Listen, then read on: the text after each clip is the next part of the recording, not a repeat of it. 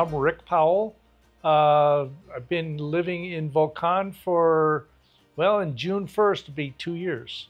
I've been in the same location and I love it here. It's kind of low key. It's not real busy. Since I've been here, I've been on to Costa Rica several times. Been to Bocas del Toro, been down to Boca Chica.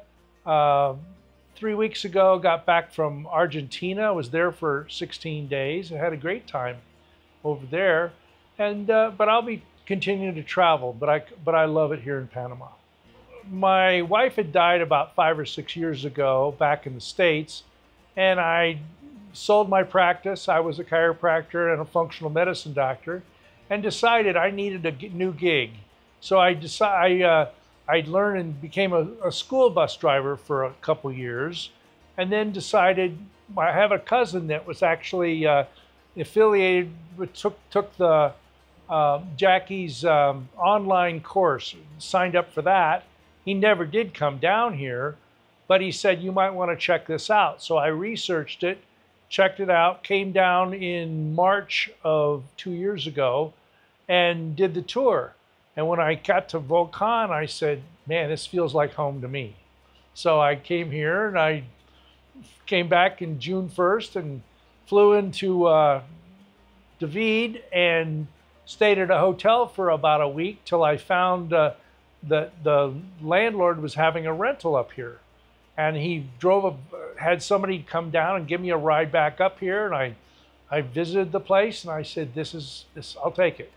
So I've been here since then.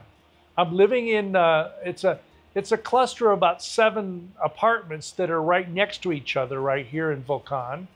It's in town, and it's very easy to live here. I don't have a furnace. I don't have air conditioning. I don't need it. I wear t-shirts and shorts pretty much year round, and the weather's always the same. In the morning, it's like 61, 62 in the morning. It gets up to 77, 78 during the day, and then starts over the next day. And now we're right in the middle of rainy season, so in the afternoons, about 1 or 2, it'll start to rain for maybe an hour or 2, and then it'll start over the next day. So it's about 5 or 6 months of rainy season, but I don't mind it because it keeps me busy doing other things. This is a 3-bedroom, 2-bath. I call it a house, but it's pretty much like that. I live on the bottom level where there's a king-size bed and a bath and a shower and a walk-in closet. But then upstairs, there's 2 bedrooms and a bath upstairs. And I've had several guests that come and stay here, and it works out quite well. This is what's called Panafloras. The landlord, Wilbur, has a floral business. He sells commercial flowers around the world, and he has several people that worked with him, and he's kind of retired, semi-retired at this point, but he still sells flowers. And every year there's a big floral parade and a huge floral festival here in Volcán, and of course he's contributing a lot of flowers and some things to that. There's covered parking here. I did buy a new car after I was here for about 2 or 3 months, and I'm loving it. So I get around. I've been over to Costa Rica several times and been Boca Chica, and I get around town and get around any place I need to go in Panama for sure. It's probably about maybe 7,000 to 10,000 expats live here, but in the surrounding areas, probably 40, 50,000 people, all spread around with farms and all those side of things as well. I may be off a little bit on the numbers, but it's pretty close. There's a lot of activities. You can be as busy as you want to be. Of course, I'm retired, so I do play darts on Monday afternoons, and there's a hiking group that goes out 2 or 3 days a week. There's a quilting club that's in town. There's that going on. You get Spanish lessons if you'd like them. I do a lot of things on the phone, so I'm working on that. My Spanish is not 100% correct, but it's getting pretty close. I'm 700 days in a row now of Duolingo, and I'm working on that. I don't go out to eat very much. I can, I mean, there's a lot of restaurants in town and things, but I basically buy my fruit and vegetables and I cook for myself here quite happily with that. I don't, I do play piano and some instruments, but there's not a lot of local bands. There's people that do get together in some of those things. And I've gone over to Boquete, which is about an hour and a half away, and played over there with some people, but most of the time I'm here at home for sure. In town here in Volcán, there is probably, I think, 10 or 12 different grocery stores. There's 2 or 3 big ones. You can get pretty much most everything you need here, but occasionally if you want to get big bundle of items and stuff, I'll go down to David and go to Price Mart, which is about an hour away, to do that. I may go down there once a month to do some shopping there and get a big bundle of toilet paper or paper towels or something like that.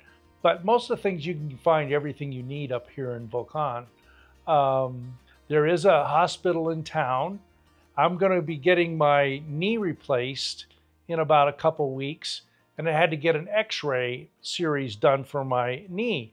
And so I had to go into town, get a prescription from David, from the doctor, went up to the local hospital in town here and had a whole knee series done. The cost of the whole series was about $9. And I'm a former doctor from the States, so I know the price of what things are up there. No, this is very inexpensive and it's good quality, yes. From Volcán, there's 2 ways to get to Costa Rica. You could take the main street in town here, goes right through and winds through some coffee farms and things, and eventually takes you to Rio Sorrento, which is about an hour drive to Costa Rica border. And you can just literally walk across the border, walk across the street and you're in Costa Rica. Then you can go all the way down to what I call down the hill. It's down to the Pan American Highway, and turn right and you get into what's Paso Canoas, and that will take you to another border. It's a bigger border town. And if you need to buy like a dishwasher or getting some bigger equipment or some furniture or something like that, you would typically go there down to Paso Canoas to buy the things at that border town. Of course, border town there would be tax-free, which is sometimes a little bit of a savings on some of those things. Cerro Punta is probably one of the biggest fruit and vegetable sites for the whole country. And most of it's grown right here. This is the breadbasket of the whole country right here. And so Cerro Punta goes up there. There's a lot of the farm workers will work up there.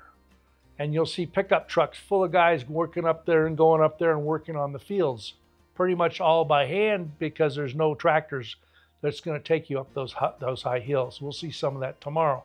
But this is where the fruit and vegetables are grown. And so this is where I get most of my fruit and vegetables from town here, and you can buy them in the grocery stores, or you can buy them. There's a vegetable market at the Catholic Church on Friday afternoons, and that's where I buy most of my fruit and vegetables. There is a Saturday morning market here in town as well. They sell some fruit and vegetables there, but most of it's, cakes and cookies and other sort of things that it's made here as well. The locals will sell those things there as well.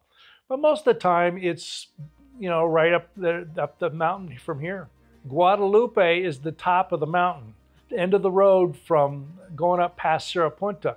And this is where there's a resort there called Los Quetzales, which we'll go and see there tomorrow. It's a beautiful area. And you'll see, this is where the Finca Dracula, where the orchid farm is up there as well. There's also a thoroughbred racehorse farm right there where they raise thoroughbred racehorses. And they have, I think, 8 or 9 stallions and about 30 mares. And they're always having new racehorses being born there. They'll keep them there for about 1 year. They don't even saddle them. They don't even ride them. They basically raise them in this special area, and then they'll sell them at an auction, and they'll start over, and they're always raising racehorses there. The main street, main road going through Volcán is paved. It's a new road. I don't know how old it is, but it's a fairly new road. There's bike lanes there on either side, and it's nice paved road going through town. Now you get off that road, you can get into rough roads and stuff. Most of the town does not have. I've only seen a few different there's no stoplights at all. There's stop signs where everybody takes turn going through the lights and through the street signs, but you find your way around. Most everybody gets around here using what's called a pin location. So if you get someplace and you want to tell them where you're at, you give them a location on the pin on your WhatsApp, and it'll tell you how to get there. And so you follow that through Waze or Google Maps to get to where you're going to. And I've used the same thing. If I go down to David or a big city, I can get lost pretty easily unless I know the pin location of where I'm going to. The water quality is very good. I get free water here, free electricity and free water living where I live here. I do share a washer and dryer with the whole area here, like 6 or 7 groups of people that live in here. So we take turns using the washer and dryer, and you pay, I think, $2.50 per load, washed and dry, to get that done. The infrastructure here is good. The road getting in here, it's a gravel road getting into where I live, but I have no problem driving in and out of there. It depends on the power goes out quite frequently. Sometimes we've had times where it's announced where it's going to go out for 2 or 3 hours. Sometimes it's been out for 8 hours, but rarely does it stay out all night, all full day. But if there is a couple restaurants in town that have generators where they'll have Wi-Fi and you'll have lights and they'll have. So I've gone there for dinner if there's a big major power outage. But when the power goes out, your TV, your computers, your internet doesn't work. So you need to basically, that's why I tell people that when you're back in the States, get yourself a public library card. That way you can go online and you can download books. I listen to 2 or 3 audio books a week through my library card back in the States. It's free, but if you have to set it up at a time to do that. Also, when you're back in the States, you need to get yourself an Amazon Fire Stick. And I have that set up so that I can watch TV in English in almost any channel you want, and all the sports and all the things I want, and it works quite well. I feel very safe, safer than I did back in the States. And I live in the suburb of Chicago. And there's all kinds of, I don't see any crime going on here. Now there could be in some areas of the country, but I'm not in those areas. I don't see any gang signs or any of those things, graffiti on the place. I don't see it at all.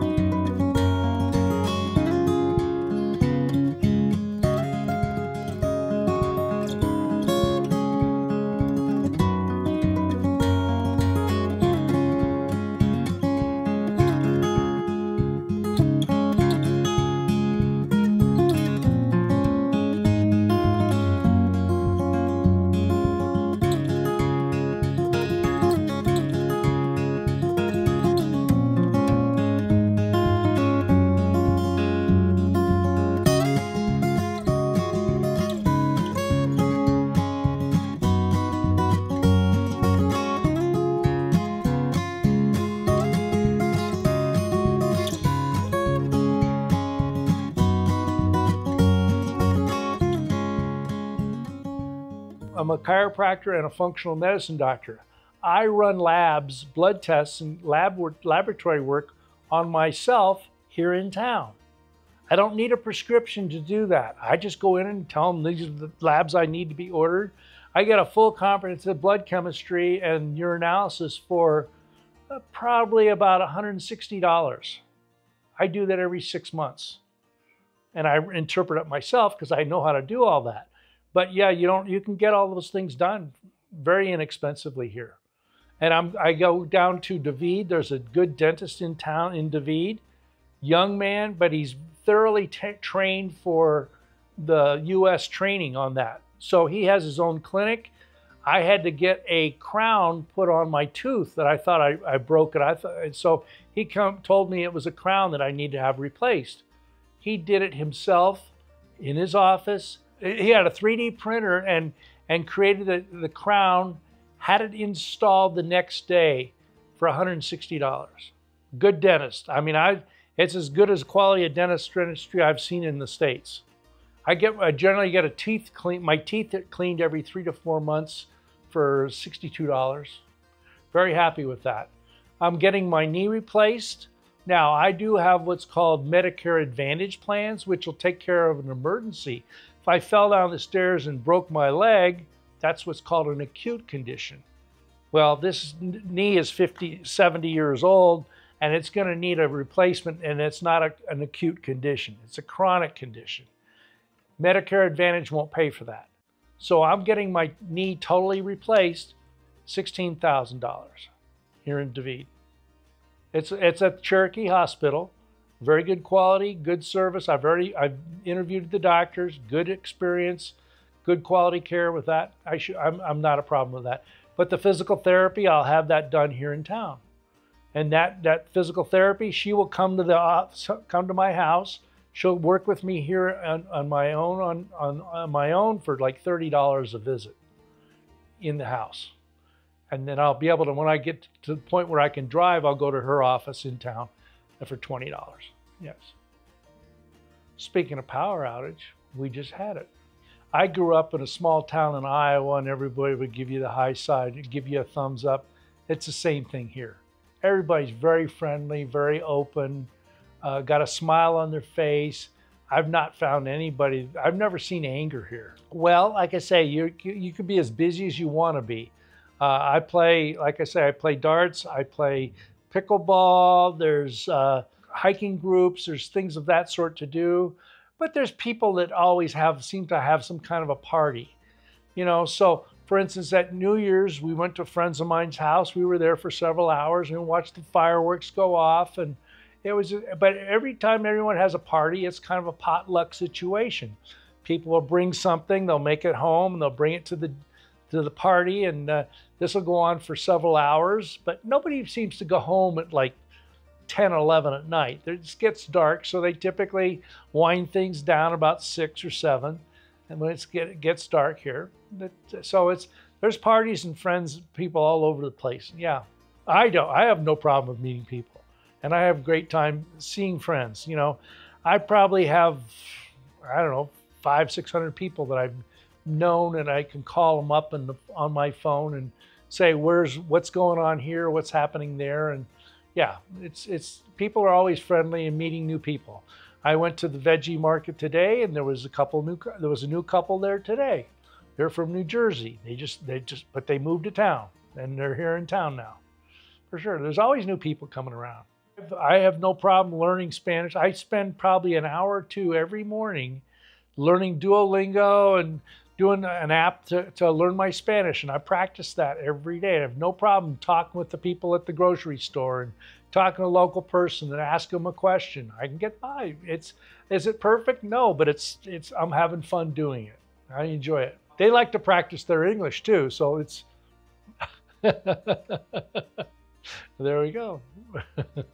Yeah, the tour, it was, I think, the highlight of coming down here. I could have watched some of the videos, and I did when I was in the States before I came down, but being on the bus tour, the guides were very, very helpful, gave a lot of information. One of the key factors I have run into here is some of the guests on the tour don't get their phones straightened out. Communication is a very key factor. So you have to get your phone straightened out and get on WhatsApp and become familiar with that before you come down. But it's important to get your phone set up right, because it's a different phone system down here, and your US phones won't work here. I've had several of the guides come in here touring my house with the bus tour, And a lot of people on the bus tour, we stay in touch because I give them my contact information so that they can call me from the States or call, and I'll still communicate back and forth. And I'm kind of like I wouldn't say I'm a guide, no, but I like to help people. And that's the reason I do that. So it's like, it's important to stay in contact, and the guides are very, very helpful. They speak Spanish. They can get you around. They've been around here. They know the areas, and very helpful, very, very helpful. I didn't really do much of the online guide. It's probably quite helpful as a stepping stone, first step. My cousin who introduced me to the tour, he went online. He was doing an online guide with that. And he still does that, and he'll watch some of the videos on YouTube, but he never has come down yet. He needs to come down and see what it is, but that's his choice. But I think it's a good starting point. But most people that I've known that have been successful moving down here and they've actually taken the bus tour. It's the best. I think it's the best way to go. I would say you can watch as many videos you want. You can be in your armchair at home and no change will happen. You've got to actually embrace some change. You need to basically be willing to step into the deep water once in a while. And that's where you'll grow that. It makes you internally growth, and that's where it grows on that level. You really need to basically be willing to make changes. If you're not willing to make change, you wouldn't be successful here anyway. Thank you for coming down, for listening in today and learning a bit more about Panama. I'm glad to help any way I can, but I enjoyed talking with you folks and really enjoyed talking to you and getting into the lifestyle of what life is here in Panama. When we started talking here, we've had 3 or 4 power outages, just to let you know. It does happen here once in a while, yes. If you're back in the States or back somewhere in other countries, and I've seen a bunch of people from other countries, see you in Panama. Come on down, put boots on the ground.